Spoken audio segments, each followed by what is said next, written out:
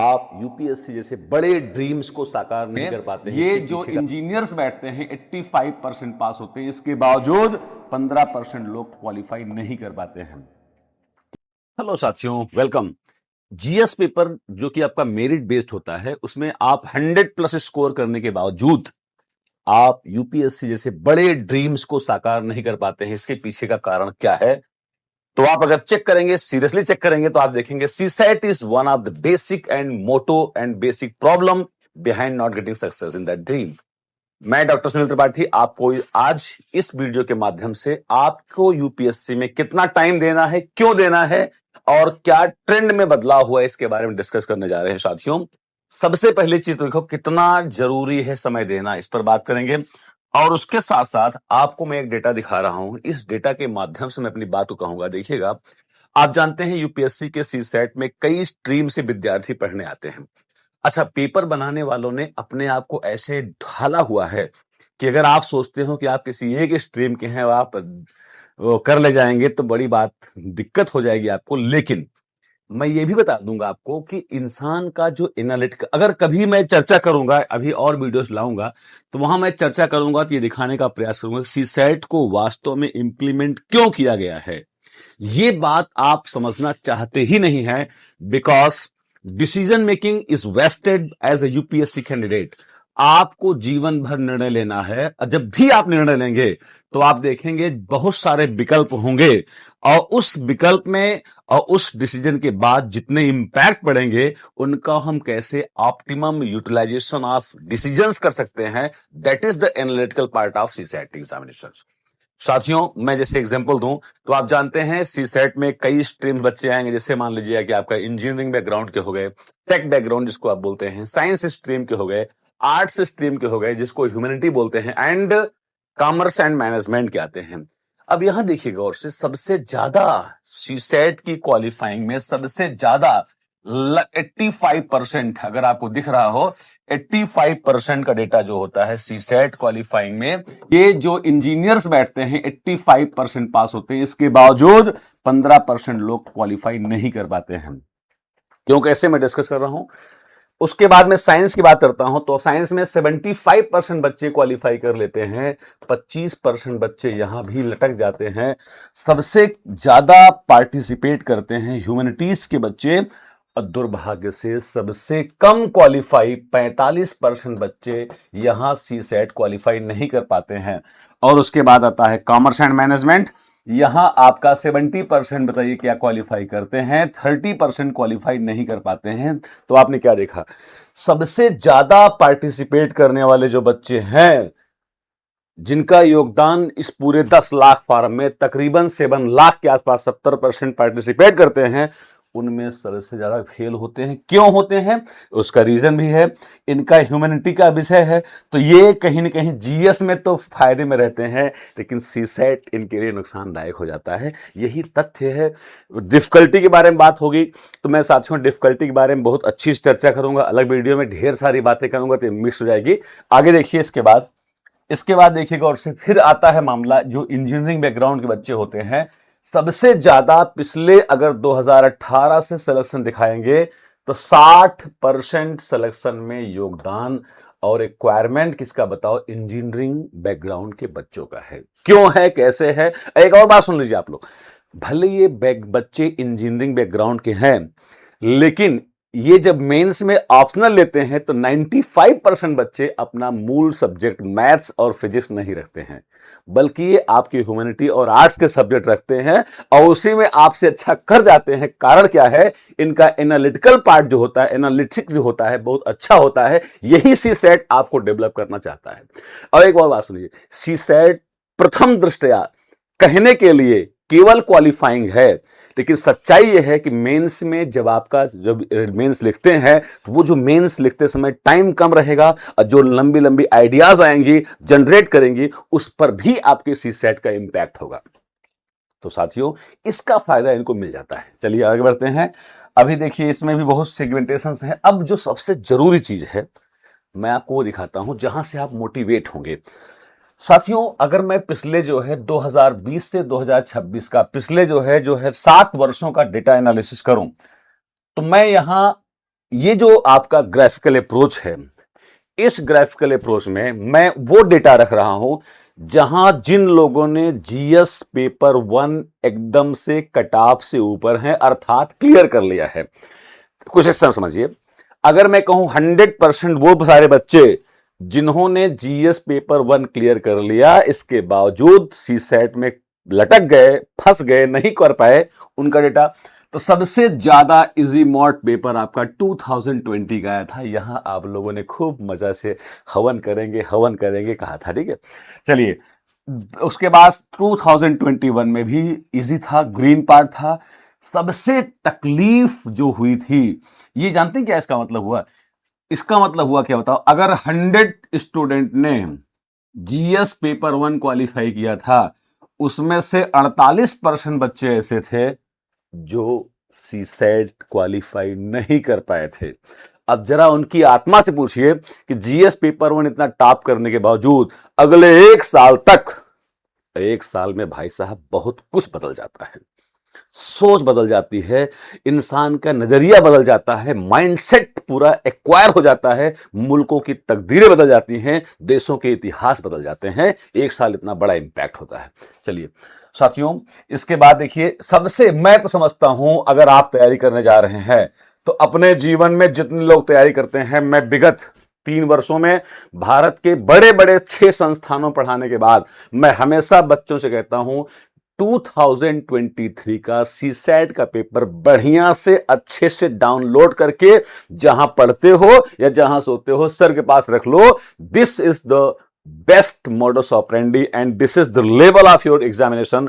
ये it was brutal paper, कहने के लिए ब्रूटल पेपर, मैं समझता हूं 2026 में जो पेपर आया था इससे टफ तो ये था ही, लेकिन ये पेपर भी आपका मॉड टफ है। तो थोड़ा सा मैं इसके बारे में डिस्कस कर दूं जो बदलाव हुआ है 2026 में। चलिए, तो आपको रिजल्ट क्या बताया?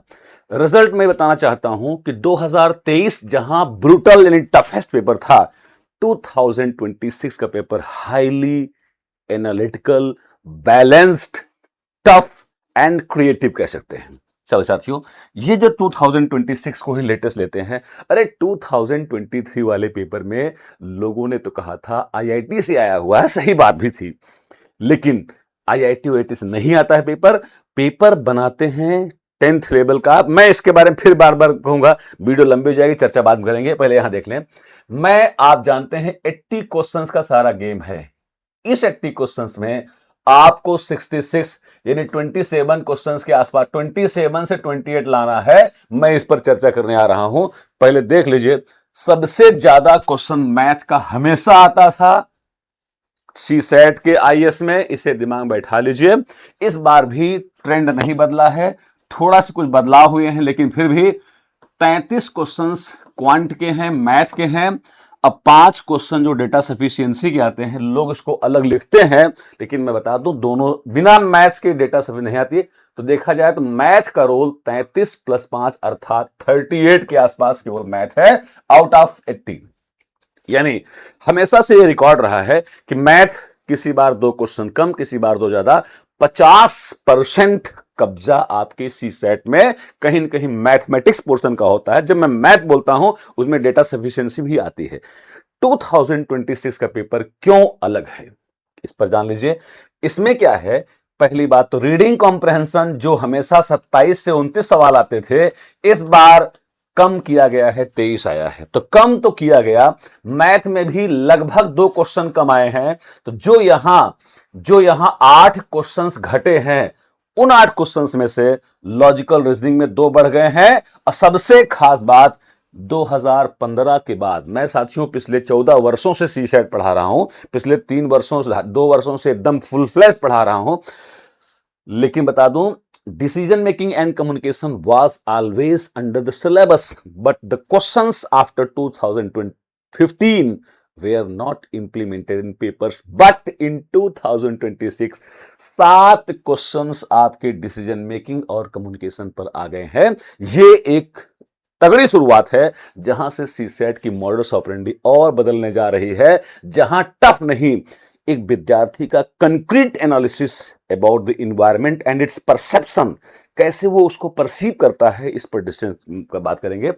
तो साथियों ये तो रही बात। अब मेरे 2-3 सवाल हैं आप लोगों से, 2-3 बातें हैं जो मैं डिस्कस करना चाहूंगा आप लोगों से साथियों।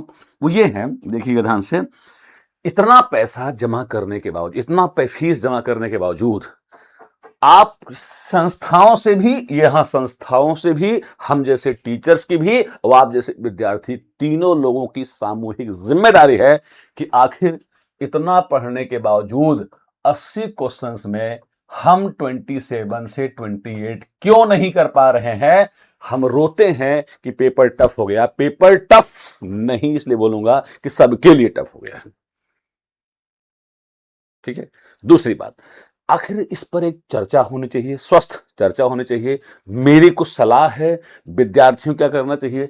तो मेरी बात मानिए, जितना ये स्ट्रेटजीज फॉलो हो रही हैं पढ़ाने के लिए बड़े बड़े संस्थान में, हर जगह, इस पर विचार करना होगा। दूसरा, आप छात्रों को भी, अगर आप 100% तैयारी कर रहे हैं, अर्थात दिन में 10 आवर्स की आप सेल्फ स्टडी कर रहे हैं, तो इसमें से लगभग 25% या 20%, अर्थात पर डे 2 से 2.5 घंटा अगर आप सी सेट को 8 महीना तक नहीं दे रहे हैं तो आप एकदम धोखा कर रहे हैं। तीसरा, आप करते क्या हैं, आप जो है आपका एटीट्यूड डेवलप करा दिया गया है। कुछ हद तक बुरा मत मानना विद्यार्थियों, आप भी जिम्मेदार हैं बेटा। आप सी सेट को हल्के में लेते हैं, हो जाएगा, लास्ट मोमेंट पे देखा जाएगा। Taken for granted attitude and this is really hazards for all of you. तो सबसे पहली बात तो क्या है, अब आप स्ट्रेटजी बदलिए। दिसंबर जनवरी के बाद सी सेट की कोचिंग करके, आप जब कोचिंग करते हैं तो आप एक अक्षर पढ़ नहीं पाते हैं, बिल्कुल नहीं पढ़ पाते हैं। लिहाजा सबसे पहली बात तो दिसंबर से जनवरी से एक संस्था के लिए पढ़ाई करूंगा, इस एटीट्यूड का समूल नाश कर दीजिए।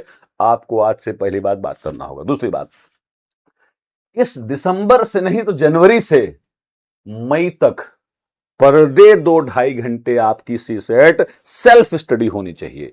और सेल्फ स्टडी तब कर पाएंगे जब पहले ब्रॉडर स्टडी एक बड़े संस्थान से, बढ़िया टीचर से हो चुकी होगी, ऑनेस्टली हो चुकी होगी, हवा हवाई में नहीं कि नोट्स नहीं बनी है, उड़ रहे हो, जमीन पे आ जाओगे बेटा। जमीन पे पेपर ऐसा बन रहा है, अब पेपर अच्छा बन रहा है। सत्य यह है, इस जमाने में आपको जो है थोड़ा सा हल्का पढ़ा के खुश किया जा रहा है। खुश करने वाले आपके पैर में कुल्हाड़ी नहीं आरा चला रहे हैं। आप स्टूडेंट हैं, विद्यार्थी हैं, टीचर से अधिक आपको कोच की आवश्यकता है, जो टीचिंग न करे, आपके साथ कोच की तरह व्यवहार करे, अर्थात दम टाइट एटीट्यूड के साथ काम करे। साथियों, तो यहां आपको थोड़ा करना पड़ेगा। कोशिश कीजिए हर हाल में, अब भी जग जाओ। मैं थोड़ा सा जान करके रुक गया था क्योंकि भाई मई के एग्जाम देने के बाद जून जुलाई तक अपना काम कर लिए हो, अगस्त लग गया है। अब अगस्त से दिसंबर तक अपना कोर्स एक बार, जो लोग 2027 में एग्जाम देने जा रहे हैं या 28 में देने जा रहे हैं, इन 4 महीनों में अच्छी तरीके से, चाहे जैसे, अपना syllabus thoroughly, not under the selective approach concept, पढ़ करके तैयार कर लो। जनवरी के बाद पर डे 2 से 2.5 घंटे सेल्फ स्टडी करना। मैं ये वादा कर रहा हूं, ये सेल्फ स्टडी केवल सीसेट को हंसते हंसते क्वालिफाई नहीं कराएगी, बल्कि साथियों ये आपके मेंस एग्जामिनेशन में your analytical, decision making and perceive concept बहुत अच्छा हो जाएगा। और मैं तो कहूँगा, अगर ये कंसिस्टेंसी मेंटेन रही तो याद रखिएगा, आज आपकी ये कंसिस्टेंसी निश्चित रूप से रिजल्ट ले आएगी। साथियों, प्लान एकाएक बना के इंप्लीमेंट नहीं होते हैं, योजना हमेशा लंबी अवधि की करनी चाहिए। Planning should be in the form of time taking devices, right. तो चलिए साथियों, नहीं तो बस इतना जान लीजिए, अगर आप कंसिस्टेंट होकर के अगस्त, सितंबर, अक्टूबर, नवंबर, दिसंबर, in these 5 months, if you are going to complete your syllabus under a good experienced good experienced teacher and faculty and coach, then definitely this consistency, after covering mock test etc, विश्वास मानिए आपको मजा आ जाएगा। फिर वही बोलेंगे, क्या बोलेंगे बताइए कि मतलब मेरे कहने का है कि आपके अंदर इतना कॉन्फिडेंस आ जाएगा कि मजा आ जाएगा, मैं क्या बोलूं, है ना। चलिए साथियों, तो इसके बाद हम लोग जो है अगली वीडियो में चर्चा करेंगे कौन चीज पढ़ना है, कहाँ पढ़ना है। वही मामला आएगा जो मैं बोलना चाहता था कि इस तरह से जब आप कर लेंगे 4-5 महीने में कोर्स कंप्लीट, उसके बाद प्रैक्टिसेस, फिर मॉक टेस्ट, तो फिर आपसे पूछा जाएगा खुद ही को कर बुलंद इतना। मैं यही बोलूंगा, खुद आपसे पूछेंगे, ईश्वर पूछेंगे खुद ही को कर बुलंद इतना कि हर तकदीर से पहले खुदा बंदे से ये पूछे बता तेरी रजा क्या है। ये तब लागू होता है जब आप पहले पढ़िए, अच्छे से पढ़िए, नॉलेज पढ़िए, शॉर्टकट नहीं, एकदम बाकायदे descriptive analysis. Thank you very much. जय हिंद, जय भारत, टेक केयर।